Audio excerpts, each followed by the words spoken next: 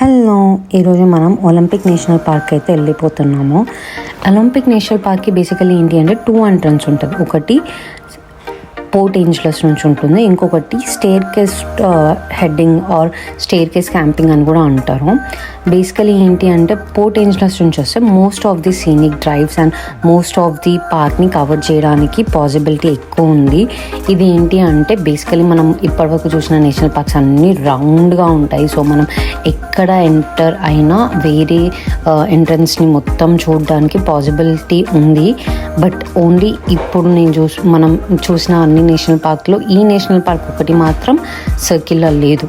So మీరు plan చేసుకొని start అవ్వడం బెటర్. అండ్ ఒకవేళ స్టేర్ కేస్కి వెళ్తే ఈ లొకేషన్ దగ్గర అయితే పక్కా 5 to 10 minutes స్పెండ్ చేయండి. మోస్ట్ బ్యూటిఫుల్ సీన్స్ అయితే ఉంటుంది. ఇది ఐ డోంట్ నో మీకు వీడియోలో ఎంత కవర్ అవుతుందో నాకు అర్థం అవ్వట్లేదు. బట్ మీరైతే ఇక్కడికి ప్లాన్ చేసేటట్టు అయితే ముందే వచ్చేయండి. ఇక్కడ మనం కార్ పార్క్ చేసిన తర్వాత స్టేర్ కేస్కి స్టార్ట్ అయితే అయ్యాము. ట్రైల్ అయితే స్టార్ట్ చేసాము.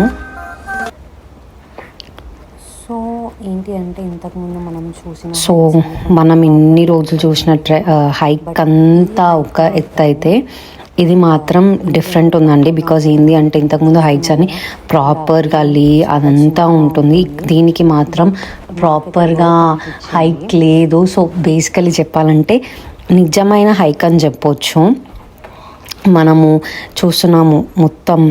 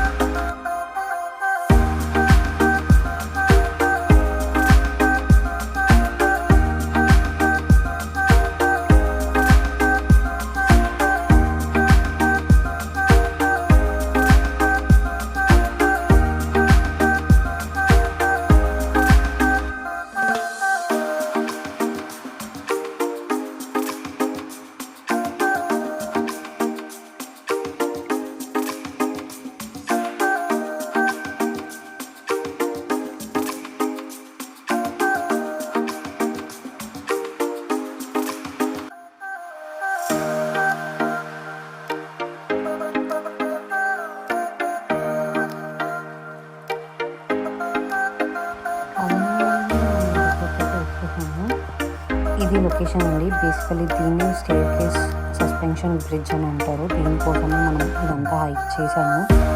ఇక్కడ వాటర్ క్రిస్టల్ క్లియర్గా ఉన్నాయి. సో ఇక్కడ అయిపోయింది. అండ్ నా ఫేవరెట్ లొకేషన్ వచ్చేసి అండి. మళ్ళీ ఇక్కడే ఆగాము. ఆల్మోస్ట్ 5 to 10 minutes అయితే స్పెండ్ చేసాము. చాలా బాగా అనిపించింది. అండ్ సో దీనికి ఈ స్టేర్ కేస్ ఇక్కడ క్లోజ్ చేద్దాము. రేపు వేరే వీడియోతో వచ్చేస్తాము.